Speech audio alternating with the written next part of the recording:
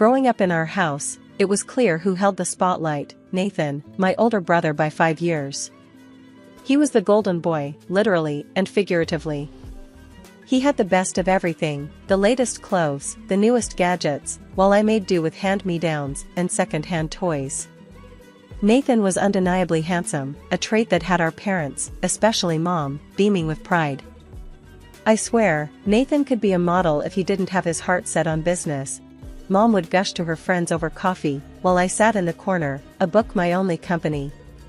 It wasn't just his looks. Nathan was charming, a social butterfly who could light up any room he walked into. I, on the other hand, was plain, average features, too shy, too awkward. It was like living in the shadow of a celebrity while being invisible at the same time. Even at family gatherings, it was Nathan this, Nathan that. Did you hear about Nathan's latest school project? It's just remarkable. Dad would announce proudly, while I'd quietly help set up the food or clean up the dishes, rarely a part of the conversation unless prompted, and even then, only briefly. The disparity in attention only grew as we got older. When Nathan was accepted into one of the most prestigious colleges in the country, it was as if he had single-handedly secured our family's legacy. The celebration lasted for days. It wasn't until the local news flashed Nathan's face across the screen that things took a turn. Local student accused of multiple frauds, the headline screamed. He had been charming his way into wealthy women's lives, only to scam them out of their savings. The room was silent as the news anchor detailed Nathan's exploits. Dad turned off the TV, his hands shaking. Mom sat down, her face pale. "How could this happen?" she whispered, more to herself than to anyone else. I don't understand," Dad muttered. "We gave him everything." I stood in the corner, watching the unraveling.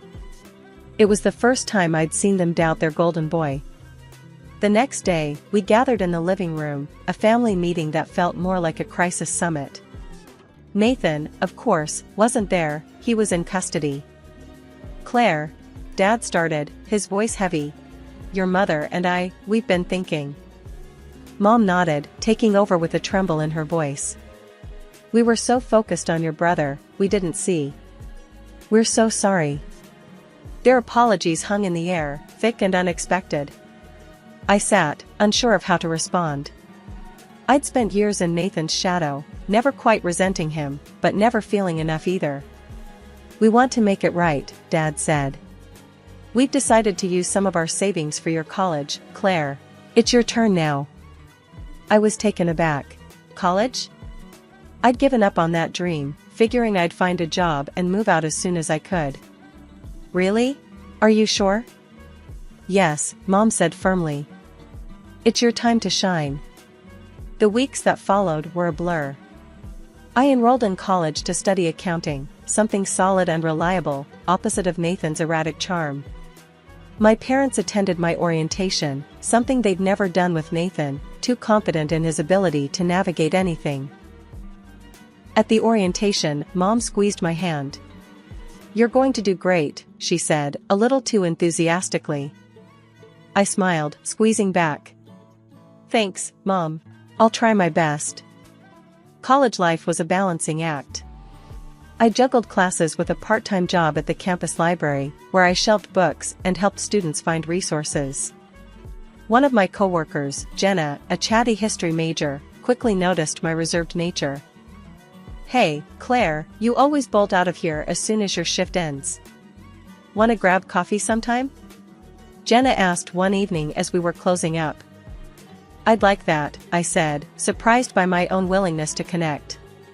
Maybe it was the normalcy of her invitation, or maybe I was just tired of being alone all the time. During coffee, Jenna talked about her thesis, and I shared a bit about my family, careful to leave Nathan out of it. It was nice, talking to someone who saw me just as me. "You're pretty cool, Claire. Don't let the quiet thing fool anyone," Jenna said with a grin as we left the cafe. Balancing school and work was tough, but fulfilling. I'd study late into the night, sometimes struggling to keep up, especially when group projects came up.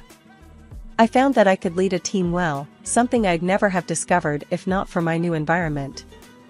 Alright, team, let's divide up the work based on what parts of the project we're strongest at, I suggested during one group meeting, feeling a bit like a conductor trying to lead an orchestra. You seem to know what you're doing, Claire.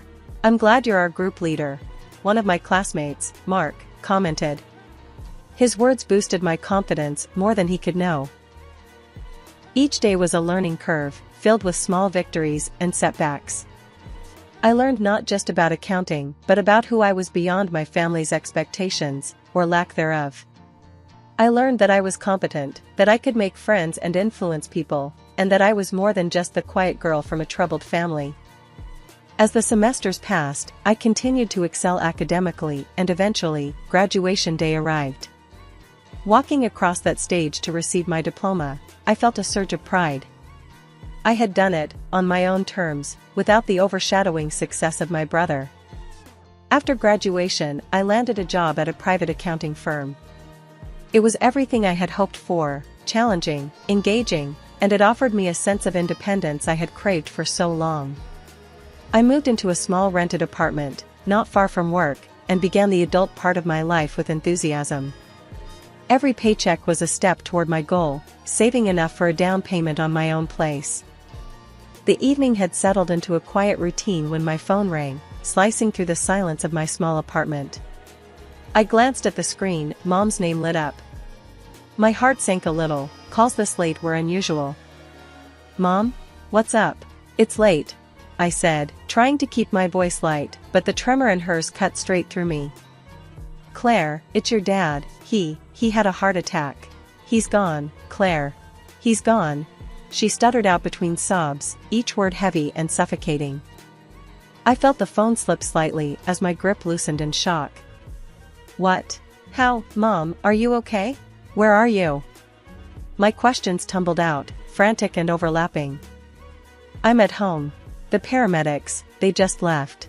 They couldn't do anything, she cried. I could hear the shattering pain in her voice, the kind that echoes and reverberates through your own soul. When I arrived, the house was eerily silent, the kind of silence that screams in your ears. Mom was sitting in the living room, a crumpled tissue in hand, her eyes lost and red.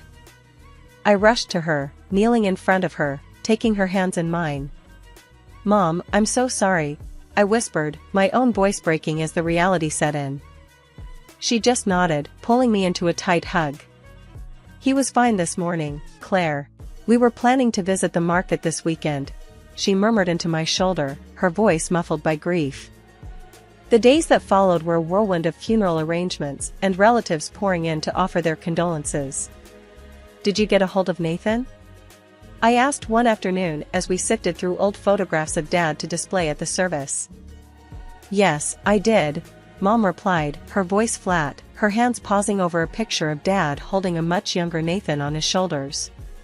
He said he was too busy to deal with nonsense. He asked about the inheritance first thing. When I told him everything was in my name, he just hung up. The funeral was a quiet affair. Dad's old friends, our extended family, and neighbors came to pay their respects. The absence of my brother was noted, his empty chair a stark reminder of his chosen detachment. After everyone had left and we were alone again, Mom took to sitting by the window, staring out with a vacant gaze. I tried to engage her, to bring her back from the edge of her grief, but the light in her had dimmed. Mom, you're not alone. I'm here, I reassured her one evening, my hand squeezing hers. She turned to me, her eyes wet with unshed tears. I know, honey. And I'm so grateful for you. I wish things were different. After the funeral, life settled into a new kind of normal. Mom was quieter these days, her smiles fewer and more strained. I tried to fill our home with light, cooking her favorite meals, talking about my day at work, anything to lift her spirits. But often, I caught her staring out the window, lost in her thoughts, the joy that once lit up her eyes, dimmed by sorrow. One evening, as I was clearing up after dinner, I noticed Mom was on the phone in the other room, her voice barely above a whisper. Curiosity piqued, I paused, the clatter of dishes ceasing. No, Nathan, I can't keep doing this. Yes, I know, but... Her voice trailed off into the quiet hum of the living room. She never mentioned she was in touch with Nathan, and alarm bells rang in my head. When she came back into the kitchen, her face was pale, her hands trembling slightly as she sat down at the table. "Mom, what's going on? Who was that on the phone?" I asked, sitting across from her, my tone more stern than I intended. She sighed, a deep, weary sigh that seemed to carry the weight of the world. "It was Nathan," she admitted, avoiding my gaze. "He's been calling more often, asking for money." "Money?" I repeated, anger starting to bubble inside me. "Why are you giving him money? Especially after he didn't even bother to come to Dad's funeral." Mom wrung her hands, her eyes moist as she looked up at me. I know it's wrong, but he's still my son, Claire. He says he's in trouble, that he needs it to get back on his feet." I stood up, pacing back and forth as I tried to process her words. "Mom, he's using you. You can't let him do this, especially not now. He didn't even care enough to show up when Dad died." She nodded, tears spilling over her cheeks. "I just thought, maybe if I helped him, he'd come around. See what he's missing, see that we still love him." I stopped pacing, kneeling beside her chair, taking her hands in mine. "Mom, I love you, and I know you love Nathan. But you can't set yourself on fire to keep him warm. He's an adult. He made his choices. You need to think about your future now, about what's left for you."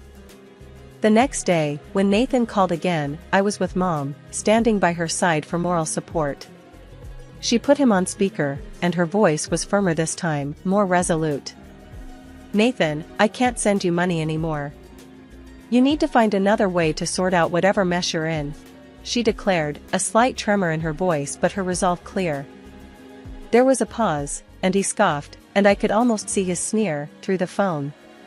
"Fine. Don't come crawling back to me when you need something." The line went dead, and the silence that followed was heavy, filled with the weight of severed ties. Mom sighed, a mix of relief and sorrow in her exhale. "Did I do the right thing, Claire?" I squeezed her hand, reassuring her with a nod. "You did, Mom. It's time we both started healing." From that day on, Mom stopped sending money. It was a tough decision, one that left its own scars, but it was necessary. Nathan had made his choice, and we had made ours, to move forward, no longer at the mercy of his demands. It was early morning when I got the call that changed everything again. The sharp ringtone pierced through the silence of my apartment, a harsh reminder that life was still full of unexpected turns. "Claire," Aunt Linda's voice came through the phone, sounding strained and urgent. "You need to come to the hospital right away. It's your mom." Dropping everything, I rushed to the hospital, my heart pounding with fear and my mind racing with worst-case scenarios. The corridors seemed longer than usual, echoing with the sounds of my hurried steps. When I finally reached her room, Aunt Linda was waiting outside, her eyes red-rimmed. "What happened? Is she okay?" I asked, barely able to keep my voice steady. Aunt Linda shook her head, her voice breaking as she spoke. "It was a heart attack, Claire. She didn't make it." The words hit me like a physical blow, and I leaned against the wall for support. My mom, the constant in my life despite everything, was gone. Tears welled up in my eyes, and for a moment, I couldn't speak. "I'm so sorry, Claire." She went peacefully in her sleep, Aunt Linda said, pulling me into a hug. We stood there, holding each other, sharing our grief. After a few moments, we stepped into the room to see her. Mom looked peaceful, as if she were just sleeping. I approached the bedside, taking her cool hand in mine. "Mom, I hope you're at peace now," I whispered, my tears dropping onto the white hospital sheets. "I'm going to miss you so much." Aunt Linda placed a hand on my shoulder, squeezing gently. "She loved you, Claire. She was so proud of the woman you'd become." Leaving the hospital, the task of planning another funeral loomed over me. Mom deserved a beautiful send-off, something dignified and full of love, just like she was. I took it upon myself to organize everything, wanting to ensure it reflected the warmth she always brought into our lives. During the preparations, I called Nathan, feeling it was only right he knew, even if he hadn't been there for her at the end. "Nathan, it's Claire. Mom's passed away. We're organizing the funeral for this Friday," I said, my voice void of the anger I once felt towards him. There was a pause, and then he replied, his voice devoid of any real emotion. "I see. I won't make it. Just handle whatever needs to be done." Life after Mom's funeral felt strangely quiet. The house was filled with echoes of a past that felt both close and distant, a reminder of everything that had transpired. Just as I was beginning to find my rhythm in the silence, it was shattered by an unexpected and unwelcome return. It was a cloudy Thursday afternoon when I heard the sound of a car pulling into the driveway. Peeking through the curtains, my heart sank. There stood Nathan, stepping out of an expensive-looking car, with a woman I assumed was his wife, based on her familiar face from some of the pictures he used to share online. Her appearance was bold, almost too bold, with bright red lipstick and heavy makeup that made her look out of place against the backdrop of our modest family home. They didn't bother with the courtesy of a phone call or even a knock. Nathan marched up to the door, his face still handsome, but etched with the hard lines of a life recklessly lived. He didn't wait for an invitation, pushing the door open and striding in with an air of entitlement. "Claire, long time no see," Nathan said, his voice dripping with a familiarity that we no longer shared. He pushed past me without waiting for an invitation, his wife following closely behind. "What are you doing here, Nathan?" I managed to say, my voice firm despite the turmoil inside. "We're here to stay, obviously." "Heard you've been living it up in Mom's house all by yourself," Nathan replied, throwing his jacket on the couch as if he owned the place.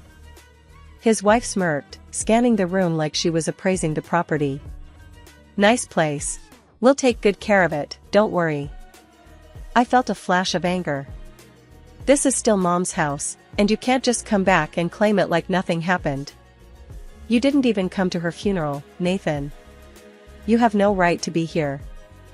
Nathan laughed, a harsh sound that echoed in the empty room. "Oh, come on, Claire. We're family. And as the only son, don't you think I deserve a piece of the pie? Well, we're here now, and we're staying. Get used to it, or get out." I was shaking, my hands balled into fists at my sides. "This is not happening. You will leave. This is my home." Nathan laughed, a cold, harsh sound. "We'll be back with our things in 3 days. Make sure you're gone by then." As they turned and left, the door slamming shut behind them, the finality of the threat hung heavy in the air. I was alone, the echoes of their laughter and threats bouncing off the walls of the home I had come to cherish as my sanctuary. Furious and shaken, I dialed Aunt Linda immediately. She answered on the second ring, her voice a comfort as always. "Aunt Linda, Nathan just showed up.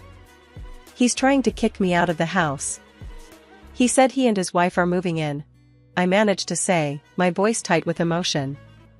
"Oh, Claire, that boy has gone too far this time," Aunt Linda replied, her tone hardening with each word. "Don't you worry. I'm going to come over. We'll sort this out together. Nathan needs to be put in his place, and I'm just the one to do it." After we hung up, I paced through the house, each room filled with memories of my parents, of a happier, simpler time. I wasn't going to let Nathan destroy what little peace I had managed to find in the aftermath of our parents' deaths. With Aunt Linda on my side, I felt a flicker of hope. Together, we would face whatever came next. 3 days had never passed so slowly.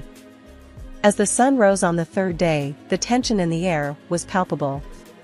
Aunt Linda arrived early, carrying not only her purse but also an air of resolve that was both comforting and intimidating. "Morning, Claire," she greeted me as she stepped into the kitchen, where I was nervously sipping my coffee. "Ready for this?" I nodded, setting my mug down with a clatter. "As ready as I'll ever be, I guess." "Thanks for being here, Aunt Linda." "Wouldn't be anywhere else," she assured me, her voice firm. "Now, let's go over what we'll say when they get here." We didn't have long to wait.